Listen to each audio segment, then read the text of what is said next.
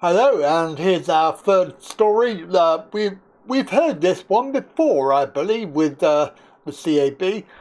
But a little, I don't remember exactly when it was, but it must have been a couple of years ago when CAB took some money. They were doing the DWP bidding, as far as we could see.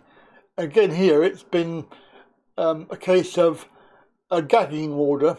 So let's have a look at the story. So Disability News Service, the CAB, silent over the DWP gagging clause in a £21 million agreement.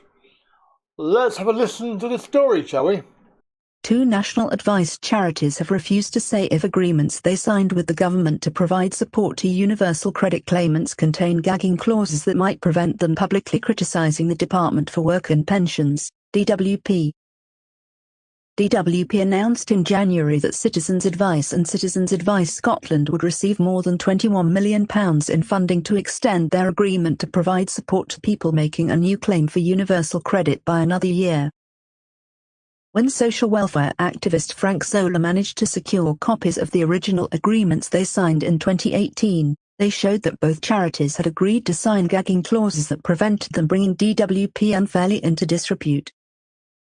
By signing the documents, it meant Citizens Advice and Citizens Advice Scotland could not take any actions which unfairly bring or are likely to unfairly bring DWP's name or reputation and/or DWP into disrepute. But DWP has now rejected a Freedom of Information request by Disability News Service, DNS, to see the new grant agreements, claiming that they are commercially sensitive. Both charities this week refused to say if the new agreements contained a similar gagging clause to those they signed in 2018. They insisted in 2019, when the existence of the gagging clauses emerged, and again this week that nothing in the grant agreements would prevent them speaking out when they wished to do so. DNS reported in October 2018 how Citizens Advice refused to criticise DWP over 4 deaths linked to universal credit, just hours after their original £51 million funding had been announced at the Conservative Party conference. Disabled activists who spoke out in 2019 were highly critical of the decision to accept money from the government while agreeing to sign a contract that limited their ability to speak out against DWP policies. One of them, Dr. J. Watts, said in 2019 that it was simply bad psychology to argue that dissent on government policies which cause such human rights violations won't be muted at best by the inherent and often unconscious desire not to bite the hand that feeds.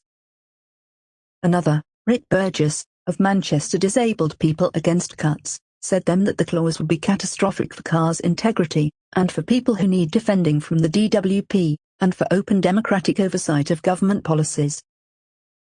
He said this week, the CA leadership have followed a tragic route of degraded accountability and transparency, which is common and deliberate when government contract corporate charity to deliver public services.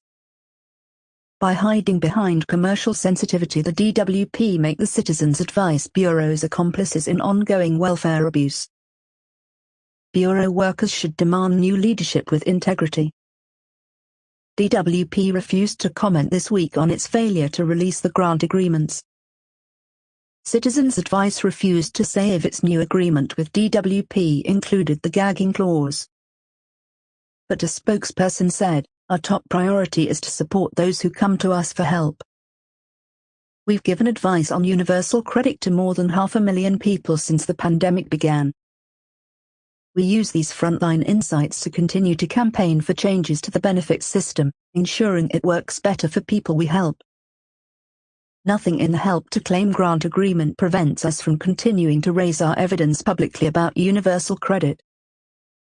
She said that decisions on publishing government contracts are made by the government, and she added, "Citizens Advice does not oppose the publication of any information in the DWP grant agreement that is not commercially sensitive." She said the charity also had a number of other grant arrangements with the government to provide services like the witness service and PensionWise which do not compromise its independence. Citizens Advice Scotland also refused to say if its new agreement with DWP included the gagging clause. Derek Mitchell, its chief executive, said, "Citizens Advice Scotland would never sign an agreement which would prevent us speaking out on behalf of people we represent. Nothing in this grant agreement stops us from raising concerns about the impact universal credit is having on the people who turn to us for help. He said the charity extensively campaigns on universal credit, and had called for the £20 per week uplift to be retained, had criticised sanctions, and had called for extensions to the work allowance, as well as raising concerns about the 5-week wait for the first payment for new claimants. So there you go, very interesting story. It's 6 of one and half a dozen of the other, as far as I can tell. So the CAB, they are really saying that they can say what they like, but I think in reality, I don't think that they can. And it certainly wouldn't be the sort of dissent that I would give to DWP if they did something, and they're always doing something. So, I think that they have their hands tied by the idea of money. That's it for today. Have a good day, and I'll catch you next video.